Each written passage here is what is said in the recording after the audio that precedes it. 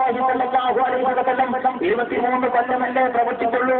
വെറും 23 കൊല്ലം അല്ലാഹു ഏൽപ്പിച്ച പണി എന്തോ അതിന്റെ അത്യാവശ്യമുള്ളത് ചെയ്യാനേ സമയമുള്ളൂ. എല്ലാവർക്കും അറിയാം, ഇന്നത്തേതുപോലെ യാത്ര ചെയ്യാൻ കഴിയാത്ത പ്രതികൂലമായ കാലാവസ്ഥയിൽ 23 കൊല്ലക്കാലം തൗഹീദിന്റെ പ്രചാരകനും പ്രബോധകനുമായിട്ട് അല്ലാഹുവിന്റെ പ്രവാചകൻ മക്കയിലും മദീനയിലുമായി പ്രവർത്തിച്ചു അവസാനം തന്റെ ദൗത്യം പൂർത്തീകരിച്ചു നോക്കുമ്പോഴോ അവിടെ കാണുന്നത് ഒരു ഉജ്ജ്വലമായ രാഷ്ട്രമാണ്. എങ്ങനെ സംഭവിച്ചു?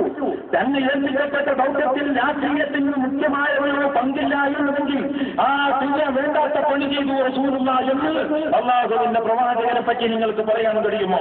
മുജാഹിദ് സുഹൃത്തുക്കൾ അതിനെക്കുറിച്ചൊക്കെയാണ് ആലോചിക്കേണ്ടത്. ജമാഅത്തുകാരോടുള്ള വിരോധം മൂലധനമായാൽ പോരാ, ഇസ്ലാമിനോടുള്ള അടിസ്ഥാന പ്രചോദനമായിട്ട് വേണം. എങ്കിലേ നിങ്ങൾക്ക് ഈ ചരിത്രവും ഈ വസ്തുതകളും മനസ്സിലാക്കാൻ സാധിക്കൂ. അതുകൊണ്ടും തീർന്നില്ല, ഞാൻ ഈ രാഷ്ട്രീയപരമായ ഇസ്ലാമിക ചരിത്രത്തിന്റെ ആദ്യ കാലഘട്ടങ്ങളിലുള്ള രാഷ്ട്രീയ സ്വാധീനമുള്ള പ്രയോഗങ്ങളുടെ വളരെ ചെറിയ ഉദാഹരണങ്ങൾ മുമ്പിൽ വെക്കുന്നത് റസൂലുള്ളാഹിയുടെ ദൗത്യത്തിന്റെ അവിഭാജ്യമായ ഒരു ഭാഗമാണ് രാഷ്ട്രവും രാഷ്ട്രീയവും എന്ന് നിങ്ങൾക്ക് ബോധ്യം വരുന്നതിന് വേണ്ടി തന്നെയാണ്. അതാണ് അനുപമ വ്യക്തിത്വം എന്ന ഈ പുസ്തകത്തിലും അനേകം തലത്തുള്ളതുപോലെ പറഞ്ഞത്. ഇപ്പൊ ഇതുകൊണ്ട് കുടുങ്ങിയിരിക്കുന്നു. മറുപടിക്കാരൻ മറുപടിക്ക് വേണ്ടി വന്നു, പക്ഷെ ഇതിനെക്കുറിച്ചൊന്നും ഒന്നുമേയില്ല. ഒരുപാട് കാര്യങ്ങൾ ഇവിടെ വായിച്ചു.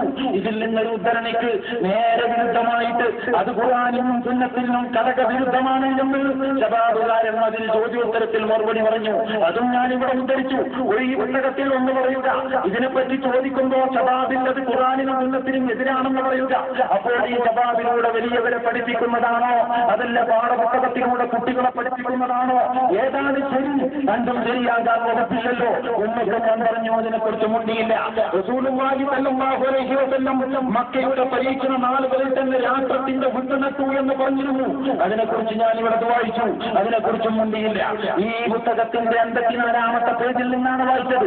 അദ്ദേഹത്തെ മക്കയിൽ ഒരു പ്രവാചകനും മദീനയിൽ ഒരു രാഷ്ട്രനായകനുമായി ചിത്രീകരിക്കുന്നവർ മദീനയിലല്ല മക്കയിലെ പരീക്ഷണ നാളുകളിൽ തന്നെ രാഷ്ട്രത്തിന്റെ വിട്ടുനട്ടിരുന്നു എന്ന വസ്തുത മനസ്സിലാക്കുന്നില്ല. എന്ന് പറഞ്ഞാൽ ഈ പ്രസംഗിക്കുന്ന മുജാഹിദ് മൗലവി ഈ വസ്തുത മനസ്സിലാക്കുന്നില്ല എന്നൊക്കെ പറഞ്ഞുകൊണ്ടാണ് ഈ സംസാരം. എപ്പോഴാണ് രാഷ്ട്രത്തിന്റെ വിട്ടുനട്ടത് എന്നറിയുമോ? നമസ്കാരം നിർബന്ധമാക്കുന്നതിന് മുമ്പ്, നോമ്പ് നിർബന്ധമാക്കുന്നതിന് മുമ്പ്, സകാത്ത് നിർബന്ധമാക്കുന്നതിന് മുമ്പ്, ഹജ്ജ് നിർബന്ധമാക്കുന്നതിന് മുമ്പ്, ഇസ്ലാമിന്റെ ശരീഅത്തിന്റെ വിധിവിലക്കുകളിൽ മുആമലാത്തുകൾ എന്ന ഗണത്തിൽപ്പെടുന്ന ഒട്ടുമിക്കതും നിർബന്ധമാക്കുന്നതിന് മുമ്പ് മക്കയിലെ പരീക്ഷണ നാളുകളിൽ തന്നെ രാഷ്ട്രത്തിന്റെ വിട്ടുനട്ടിരുന്നുവെങ്കിൽ ഞങ്ങളൊന്നും ഇവിടെ ഒരു ചെറിയ വിട്ടു വരുമ്പോഴേക്കും നിങ്ങൾ ഇങ്ങനെ ക്യാമ്പിൽ നടത്തണം എന്നാണ് ഞങ്ങളുടെ ചോദ്യം. അതിനർത്ഥമിട്ട് മറുപടി ഉണ്ടെങ്കിൽ അത് പറയണം, അല്ലെങ്കിൽ മാന്യമായിട്ട് മിണ്ടാതിരിക്കണം. ഒന്ന് പറയുക എന്നിട്ട് മൗനം പാലിക്കുക, അല്ലെങ്കിൽ പറയാത്തത് പറയുക. ഇതൊക്കെ രക്ഷപ്പെടുന്നത് ഞങ്ങൾ ഇങ്ങനെ പിന്നാലെ കൂടാത്തത് കൊണ്ടാണ്.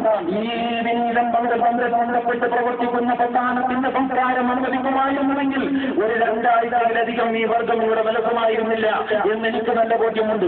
ഇരിക്കട്ടെ പ്രിയ സഹോദരന്മാരെ, ഇപ്പോൾ ഞാൻ പറയുന്നത് റസൂലുള്ളാഹിയുടെ ദൗത്യം 23 കൊല്ലക്കാലം നിർവഹിക്കപ്പെട്ട് കഴിഞ്ഞപ്പോൾ ഒരു രാഷ്ട്രമായിട്ട് മാറി. എങ്ങനെ സംഭവിച്ചു? ഇത് ചക്കയിട്ടപ്പം അതിനെ കിട്ടിയതാണോ?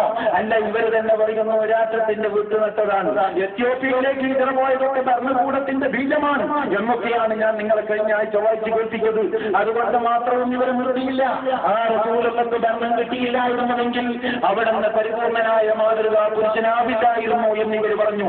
ജീവിതത്തിന്റെ ഈ വശം കാണിക്കാതെ അദ്ദേഹം ചരമമടഞ്ഞിരുന്നുവെങ്കിൽ ജനോപകാരിയായ സമ്പൂർണ്ണ മാതൃകാ പുരുഷനാവില്ലായിരുന്നു അദ്ദേഹം. പരിഷ്കരണത്തിന് ഉപദേശം മാത്രം മതിയായിരുന്നുവെങ്കിൽ ജനങ്ങൾക്ക് പരിഷ്കർത്താക്കളുടെ ആവശ്യമുണ്ടാകുമായിരുന്നില്ല. എന്തെങ്കിലും മാത്രം മതിയാകുമായിരുന്നു.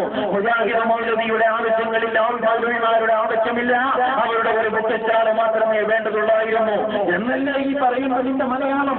അത്രത്തോളം പോകണമായിരുന്നു റസൂലുള്ളാഹിയെ പറ്റി. ഞങ്ങൾക്ക് പോലും ഇത്രത്തോളം കടന്നു പറയാൻ തോന്നിയിട്ടില്ല. ഇവിടെയും ഞാൻ നിർത്തുന്നില്ല. ആദ്യം അറിയണം, റസൂലുള്ളാഹിയുടെ വഫാത്ത് കഴിഞ്ഞു. അവിടെ നിന്ന് ലോകത്തോട് വിട പറഞ്ഞു. അവിടെ നിന്ന് മക്കാഘട്ടത്തിന്റെ ആദ്യഘട്ടത്തിൽ പറഞ്ഞ രാഷ്ട്രീയ പരാമർശങ്ങൾ പറഞ്ഞു. അതിനുശേഷം അതിനോട് പറഞ്ഞു ധരിച്ചു. അതിനുശേഷം നേരത്തെ പറഞ്ഞ സുറാഖയുടെ സംഭവം പറഞ്ഞു. അതിനുശേഷം ഇപ്പോൾ ഞാൻ അവസാനം റസൂലുള്ളാഹിയുടെ 23 കൊല്ലക്കാലത്തെ ജീവിതത്തിലൂടെ ഒരു രാഷ്ട്രമായി മാറിയതിനെ പറ്റി പറഞ്ഞു. അതുകൊണ്ടൊന്നുമില്ല, റസൂലുള്ളാഹി ലോകത്തോട് വിട പറഞ്ഞപ്പോൾ റസൂലുള്ളാഹിയുടെ അധ്യാപനം അങ്ങനെ തന്നെ ഉൾക്കൊണ്ട ഏറ്റവും നല്ല നൂറ്റാണ്ട് എന്റെ നൂറ്റാണ്ടാണെന്ന് പറഞ്ഞ റസൂലുള്ളാഹിയുടെ നൂറ്റാണ്ടിലെ റസൂലുള്ളാഹിയോട് വധിച്ച അവിടുത്തെ അടിമ ശിഷ്യന്മാരുണ്ടല്ലോ, അവരെന്ത് ചെയ്തു എന്ന് നിങ്ങൾക്കറിയുമോ? ഇത് തന്നെ പറയുന്നത് പ്രകാരമാണെന്ന് ചോദിച്ചാൽ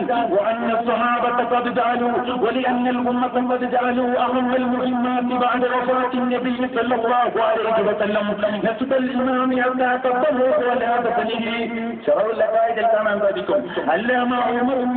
അവർ എഴുതിയതും അവർ വിശദീകരിച്ചതുമായ എന്ന് പറയുന്ന ഗ്രന്ഥം ജമാഅത്തിന്റെ അടിസ്ഥാന പ്രാമാണിക ഗ്രന്ഥമാണ്. ആ പ്രാമാണിക ഗ്രന്ഥത്തിൽ പറയുന്നു ഒരു ഇമാമിനെ നിശ്ചയിക്കൽ വാജിബാണ് എന്നതിൽ മുസ്ലിം സമുദായം ഇജ്മാഅ്. എന്നിങ്ങനെ പറഞ്ഞു വന്നിട്ട് എന്താണ് ആ ഇമാമിന്റെ പണി എന്നൊക്കെ പറഞ്ഞു വന്നിട്ട് അതിന്റെ കൂട്ടത്തിൽ പറയുന്നു ഈ സമുദായം മൊത്തം അവരുടെ ഏറ്റവും വലിയ മുഖ്യ ആവശ്യമായി കൊടുത്തു. എന്താണ്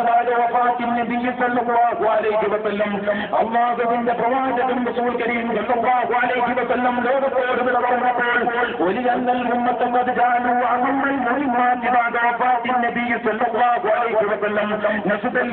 അടുത്ത ഇമാമിനെ നിശ്ചയിക്കൽ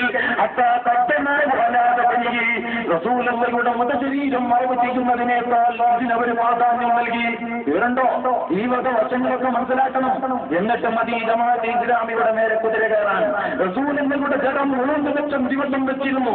തിങ്കളാഴ്ച മരിച്ച റസൂലുള്ളാഹിയുടെ മയ്യത്ത് ബുധനാഴ്ചയാണ് മറവ് ചെയ്തത് എന്ന് ചരിത്രം പറയുന്നു. രാഷ്ട്രീയമായ അതിപ്രസരമാണോ?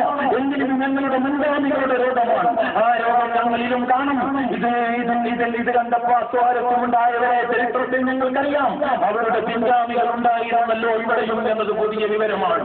അതുകൊണ്ട് മതരാഷ്ട്രത്തിന്റെ പേര് പറഞ്ഞിട്ട് ജമാഅത്തെ ഇസ്ലാമിയെ വെച്ചുകൊടുത്ത് കളയാമെന്നും ഇസ്ലാമിക രാഷ്ട്രീയ ലൈംഗമായിട്ട് പോകുന്ന പ്രസ്ഥാനത്ത് പിന്നോട്ടാക്കി കളയാമെന്നും നിങ്ങൾ കാണുന്നുവെങ്കിൽ എന്നെ സൃഷ്ടിച്ച എന്റെ റബ്ബ് തന്നെയാണ് സത്യം. ഈ സദസ്സിനോട് സാക്ഷി നിർത്തിയിട്ട് ഞാൻ പറയുന്നു, ഇസ്ലാമിക രാഷ്ട്രീയത്തിന് വേണ്ടിയിട്ടുള്ള ജമാഅത്തെ ഇസ്ലാമിയുടെ പ്രക്രിയ അതിന്റെ യഥാർത്ഥ മാർഗത്തിൽ നിന്ന് ഒരിക്കലും പുറകോട്ട് പോകുന്നതൊന്നുമില്ലെന്ന് ഈ സന്ദർഭത്തിൽ ഞാൻ അസന്നിഗ്ധമായി പ്രഖ്യാപിക്കുകയാണ്.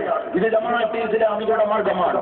ഞങ്ങൾക്ക് രാഷ്ട്രീയമായിട്ട് അതിന്റെ കൂടെ ഇസ്ലാം പറയുമ്പോ അതിന്റെ കൂടെ ഇസ്ലാമിക ഭരണവും പറയുന്നതിനൊരു ബേജാറില്ല. നിങ്ങൾ ഒറ്റുകൊടുത്തോ, ആര് പിടിച്ച് എവിടെ ഇട്ടാലും തൂക്കുമരം തന്നെ ഏറ്റവും വേണ്ടി വന്നാലും ജയിലിൽ കിടന്നിട്ട് ഗോതമ്പത്തിന്റെ ഉള്ളുണങ്ങാത്ത ഉള്ളുണങ്ങാത്ത വരണ്ട ഉണരുണ്ടയും ആ തണുത്ത പുഴുക്കൽ പച്ചരിയുടെ പുഴുവുള്ള പച്ചരിക്കഞ്ഞിയും കുടിച്ച് ജീവിതാവസാനം വരെ ജയിലിൽ കിടക്കേണ്ടി വന്നാലും ശരി, ഇസ്ലാമിൽ എങ്ങനെയുണ്ടോ അങ്ങനെ തന്നെ ജനങ്ങളോട് പറയാൻ അശേഷം മടിയില്ലാത്ത സംഘമാണങ്ങൾ എന്ന് നിങ്ങൾ മനസ്സിലാക്കണം. അതുകൊണ്ട് ഇസ്ലാമിനെ ഞങ്ങളെ ഒരു വശത്തുന്നത് അത് ജനങ്ങളോട് ഞങ്ങൾ പറയണം. പേടിപ്പിച്ചിട്ട് ചിന്തയിപ്പിക്കാൻ നോക്കണ്ട. ഇത് ഞാൻ വളരെ വ്യക്തവും ബോധത്തോടു കൂടിയാണ് പറയുന്നത്. അതുകൊണ്ട് അങ്ങനെ വികാരത്തിന് അടിമപ്പെടുന്ന പ്രകൃതക്കാരനല്ല ഞാൻ. വളരെ വ്യക്തമായ ബോധത്തോടു കൂടി ഈ സന്ദർഭത്തിൽ ഞാൻ ഒരിക്കൽ കൂടി ആവർത്തിക്കുന്നു, ഇസ്ലാമിക പ്രധാനം അതിന്റെ മാർഗത്തിലൂടെ മുന്നോട്ട് പോകും. കൊണ്ട് തടഞ്ഞിട്ട് കപ്പലങ്ങളില്ല.